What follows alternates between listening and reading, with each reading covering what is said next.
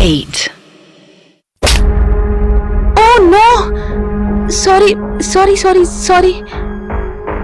ऐसा नहीं था कि मुझे पहले कभी थप्पड़ नहीं पड़ा था, बल्कि मेरे पापा ने तो मुझे कई बार ढोल की तरह बजाया था।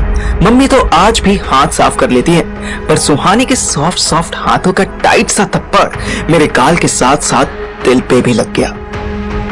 मैं 3 सेकंड तक उसे देखता रहा और फिर मुड़ा और जाने लगा। सुहानी, उसकी मम्मी फिर आवाज दे रही थी। सुनना, कहाँ जा रहा है? आई एम सॉरी ना। मैं खुद नहीं समझ पा रहा था कि मैं ऐसा बिहेव क्यों कर रहा हूँ, पर मेरा वहां रुकने का बिल्कुल मन नहीं कर रहा था। नहीं, कोई बात नहीं, आई हैव टू गो, फिर मिलते हैं। मैं दरवाजे की तरफ गया ही था कि उसने मेरा हाथ खींचा। मत जाना यार, सॉरी। वो ऑब्वियस रिएक्शन हो गया। तू मुझे मार ले। हाँ, तुझे? मैं तो नॉन वायलेंट आदमी हूँ यार, और तुझे थप्पड़ मार दिया तो I will hate my own hand for the rest of my life. मुझे अभी जाने दे। सुहानी ने मेरा पूरा हाथ कस के पकड़ लिया और मेरे गले लगने लगी। मैं उसे दूर कर रहा था। छोड़, जाने दे। तेरी मम्मी बुला रही है ना, वही जाने के लिए तो मारा तूने। नाको। सुहानी, क्या है मम्मी? आ रही हूँ ना। बार बार शोर क्यों मचा रहे हो? मैं रूम से निकल ही रहा था कि उसने मुझे पकड़ा और फिर से अंदर खींच लिया। मैं अभी 5 मिनट में आती हूँ, तू हिलेगा नहीं यहाँ से। Stay here.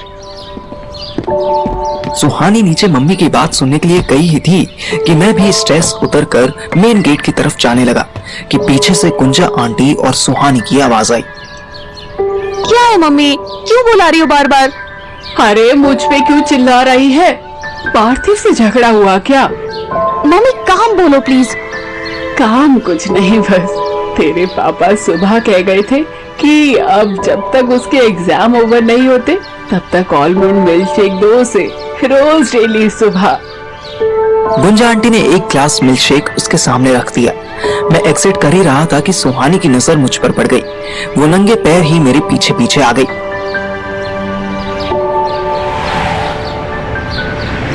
पार्थिव, रुक ना यार।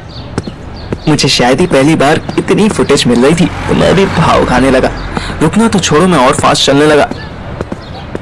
इससे पहले कि मैं मेन रोड पर पहुंचता, वो मेरे पीछे आई और मेरा हाथ खींच लिया। क्या हो गया तुझे? क्यों ऐसे बिहेव कर रहा है?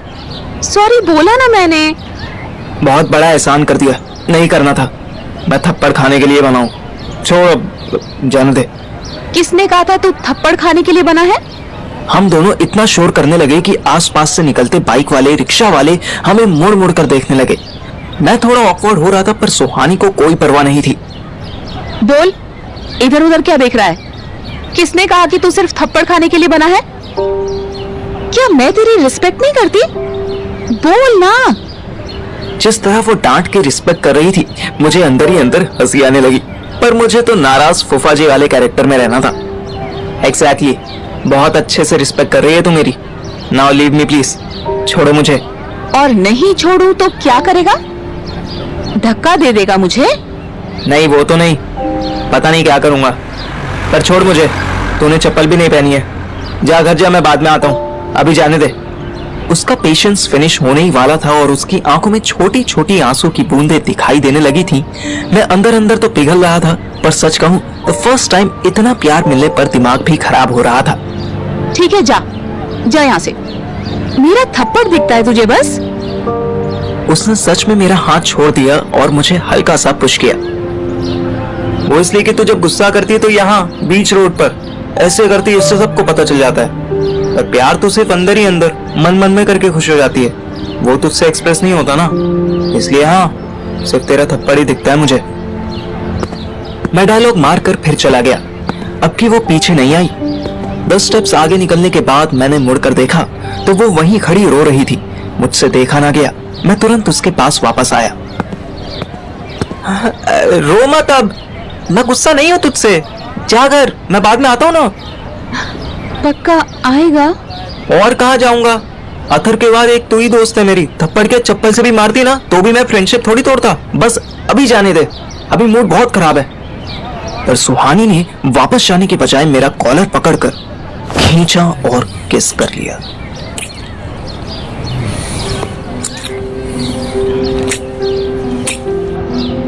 ये अचानक कब और कैसे हुआ मुझे समझ नहीं आया। आते जाते हर बुढ़े और बच्चे की आंखें हम ही पर लॉक हो गई, पर सुहानी को किसी के देखने से घंटा फर्क नहीं पड़ा। मैं अपने पहले किस को एंजॉय करने के बजाय ये सोच रहा था कि अगर इसकी मम्मी को पता चल गया तो मेरा क्या हाल होगा। सुहानी ऑलमोस्ट 10 सेकंड लंबे किस के बाद अलग हुई तो आसपास के लोगों को हंसता देख ब्लश करने लगी।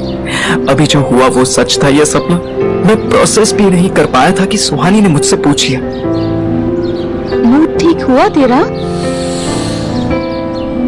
उधर ऑलमोस्ट 15 दिन बाद अतर हॉस्पिटल रूम से अपने घर आया और नाश्ता करके 12 बजे सो गया। पर उसको क्या पता था कि उसके केबीसी पापा आज छुट्टी पर थे और अपनी छुट्टी में वो किसी को चैन से जीने देते तो उनकी छुट्टी वेस्ट हो सकती थी। अथर्व के खर्राटों को इग्नोर करते हुए वो रूम में घुसे और उसका शोल्डर हिलाकर जगाने लगे। अथर्व उठो, उठो जल्दी, कुछ बात करनी है। आते ही सो गए बताओ। अथर्व ने ऐसे स्माइल करते हुए आंख खोली जैसे उसे आयशा भाभी उठा रही हो, लेकिन पापा की सूरत देखते ही उसकी स्माइल और नींद दोनों गायब हो गई। पापा आप सोने देते ना थोड़ी देर। खाना सोना तो चलता रहेगा बेटा, पर परसों से तुम्हारे एग्जाम्स है, उसकी कोई तैयारी नहीं है तुम्हारी, कैसे पास होगे? हो जाऊंगा पापा, पार्थिव है ना, उससे हेल्प ले लूंगा, आप टेंशन मत लो। टेंशन कैसे ना लूं? तुम फेल हुए तो जानते हो ना क्या होगा। पापा आप भी ना, अभी तो मेरा हाथ भी ठीक नहीं हुआ है, पैर का प्लास्टर भी नहीं उतरा है, आप ऐसे में मुझे होशियारपुर क्यों भेजना चाहते हो? मैं नहीं भेजना चाहता, ये तो तुम्हारी मम्मी का आइडिया है। तुम उससे डरते नहीं हो ना, इसलिए मेरे नाम का बिल फाड़ा है उसने। अथर्व के चेहरे की पत्ती बुझ गई। मम्मी भला क्यों उसे अपने से दूर करना चाह रही थी? पर पापा मम्मी तो मुझे इतना प्यार करती है, फिर भी वो मुझे क्यों इतनी दूर भेज रही है? तुम्हारे मामा की वजह से। राकेश मामा? भक, वो तो मुंह भोला भाई है, तुम्हारा सगा मामा मंजुल।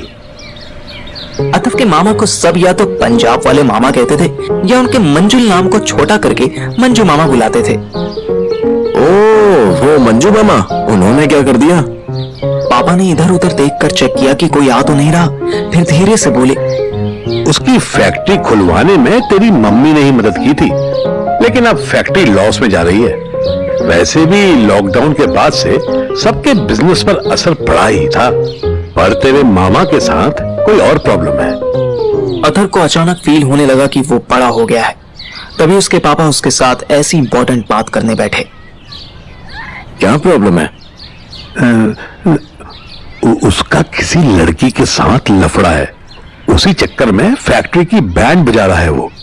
ओह नो, शीला मामी के होते हुए भी मामी ने उनको मारा नहीं? कैसे मारती, उसको पता ही नहीं है कि ऐसा कोई अफेयर चल रहा है, पर इसी अफेयर के चक्कर में। एक मिनट पापा, जब उनकी वाइफ को नहीं पता तो आपको कैसे पता है? वो राकेश है ना, मंजुल चाहता है कि तुम उसकी फैक्ट्री में आ जाओ, उसका काम देखने लगो, ताकि तुम्हारी माँ को उस पर ट्रस्ट हो जाए कि वो कोई धांधली नहीं कर रहा। मैं कैसे वॉच करूंगा उनकी धांधली व्हाटएवर। फ्रॉड। मैं जानता हूं कि तुम में इतनी अकल नहीं है कि उसका बही खाता, उसका अकाउंट्स देख सको, पर वो तो तुम्हें बुलाकर बेवकूफ बनाकर तुम्हारी मम्मी से और पैसे मांग लेगा ना। अथर्व को अब समझ में आया कि पापा क्या कहना चाह रहे थे। ओह, और वो पैसे वीआईए मम्मी आपकी पॉकेट से जाएंगे। चलो, गनीमत है कि इतने बेवकूफ भी नहीं हो तुम, पर तुम पास नहीं होगे इसकी ऑलमोस्ट श्योरिटी है तुम्हारी मम्मी को। अथर्व सोचने लगा कि आज पापा क्यों मम्मी की धीरे धीरे चुगली कर रहे थे। पर पापा आप पैसे मत देना, सिंपल। रोटी मुझे भी खानी है इस घर में। मम्मी की आवाज सुनते ही पापा झट से उठे और रूम से बाहर निकलने लगे। जाते जाते बस इतना बोले, पास नहीं हो सकते तो अपनी टीचर को पटाओ और पैसे वैसे देकर कुछ चक्कर चलाओ। मैं तुम्हें पास करवाने के लिए खर्च कर सकता हूं, पर तुम्हारे लुच्चे मामा पर नहीं। 1:30 बजे मेरे पास अथर्व की कॉल आई। मेरी तरफ से बिना कुछ सुने ही उसने बोलना शुरू कर दिया। ओ भाई सुन, केबीसी ने मुझे एक ऑफर दी है। अगर बात बन गई तो एग्जाम की कोई टेंशन ही नहीं होगी। किसी के पिटने की आवाज फोन पर सुनकर अथर्व के कान खड़े हो गए। अबे तू है कहाँ अभी? भाई लफड़ा हो गया है करोल बाग पुलिस स्टेशन में, हो सके तो आजा। तभी मेरे सामने खड़ा हवलदार चिल्लाया, ओए, तेरे को मोबाइल चलाने के लिए मना किया था ना, ला दे इधर।